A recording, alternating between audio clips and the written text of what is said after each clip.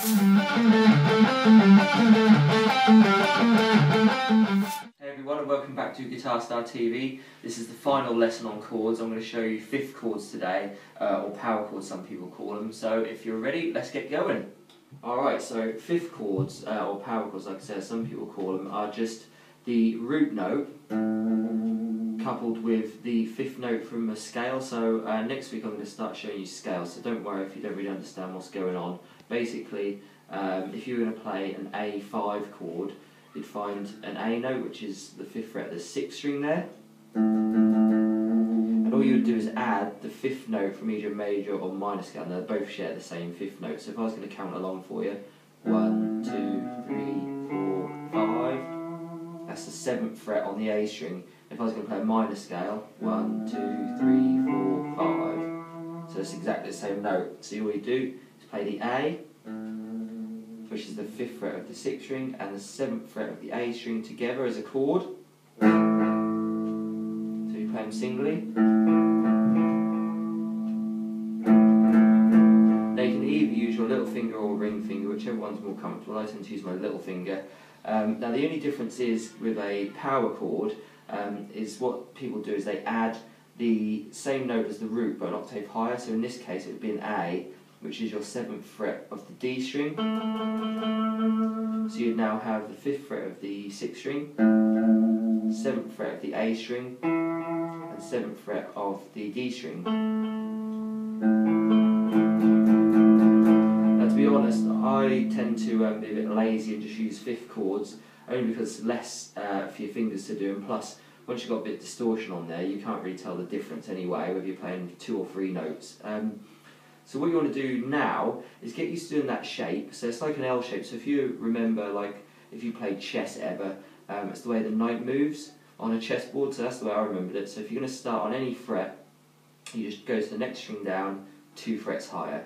So I can do that same shape anywhere on the guitar. I'm going to pick 7th fret of the A string. So I'm going to move 1 string down, 2 frets up.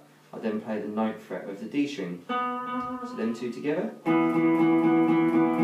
That's now called an E5 chord. So it gets its name from the first note you play, and then the fifth note is obviously the fifth chord. Alright, so you can start, say, on the 3rd fret of the sixth string, which is a G, down 1 string, along 2 frets. Play the 5th fret of the A string, which is a D, so now we're going to play a G5.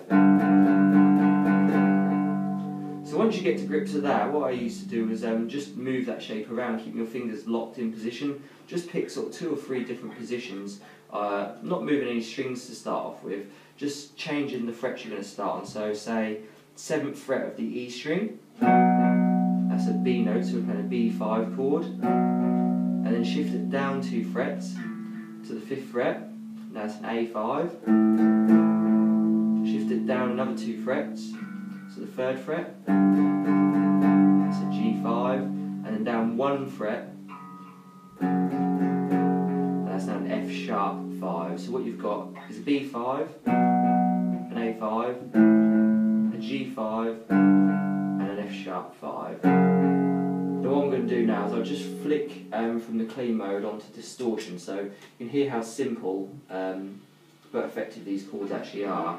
So I'm just going to play random rhythm on these chords, which you can practice yourselves at home or whatever.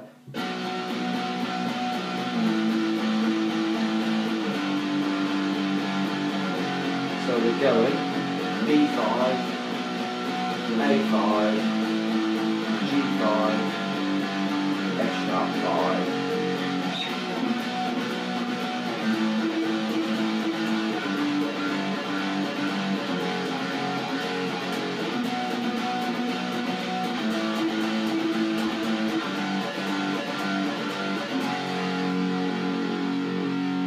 Really, once you've mastered moving that around on the same 2 set of strings, what you can do then is shift it down a string, so using the A string and the D string rather than the 6th and the 5th, the E and the A. So you could just use the 5th fret, say for example, start on the 5th fret of the A string and the 7th fret of the D string, and then when you're going to jump it up, so use the 5th fret of the 6th string and the 7th fret of the A string. So you get this.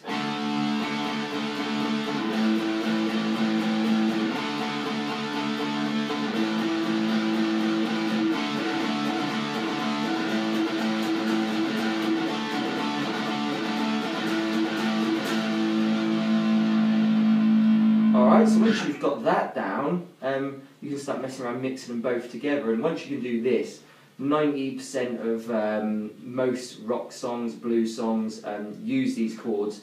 So if you look on any tab or any song you want to learn, most of them will use this shape, alright? So you play rhythm to most songs then. So for example, a classic one I learnt when I was really young was Smells Like Teen Spirit by Nirvana, and that's just the first fret of the 6th string, so that's an F5, and then you jump down to the next 2 set strings, the A and the D, and you play the first fret again, it's an A sharp 5, and then you go to the 4th fret of the 6th string with the 6th fret of the A string, and then you just jump that down, set strings again, 4th fret of the A, 6th fret of the D, so you're just going 1, 1, 4, 4, you can hear it already, and then obviously it's just a case of getting that famous rhythm down.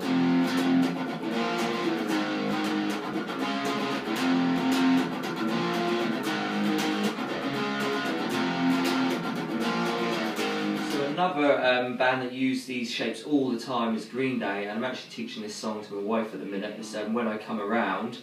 This is a good example of changing strings as well as frets as well, so it's a good one to practice. It's called When I Come Around. It uses an F sharp, which is the 2nd fret of your 6th string, and they make that L shape. And then they jump down a set of strings and along 2 frets to a C sharp, so you're at the 4th fret now, the A string, and then they slide up 2 frets to the 6th fret, that's the D sharp, then all the way back down to the 2nd fret, which is a B5. Alright, so you've got F sharp, C sharp, D sharp, and a B. And once you can do the actual movement, it's just a case of listening to the song and getting the rhythm. Now, with your right hand, I'll explain this more in future lessons about things like palm muting and how to get the rhythms right, but I'll just show you it anyway. So it goes... and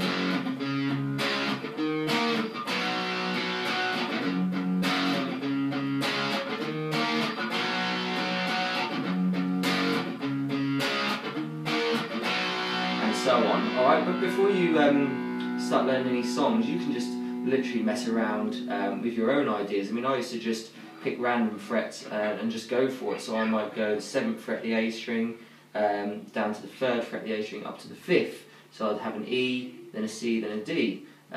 So I'd get this.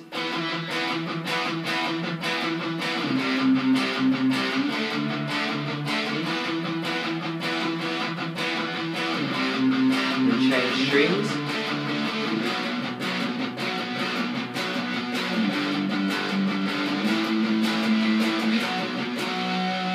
You can't really go wrong with them, so just practice that shape, lock your fingers in, and just make up stuff until you're happy with that shape, and then songs will become really easy to learn after that. Alright, so good luck. As always guys, thanks so much for joining me in this week's lesson. If you've got any questions at all, don't hesitate to contact me on Facebook or Twitter or YouTube. And then next week we're finally going to learn our first scale, which will be the major scale. So good luck, and I'll see you next week.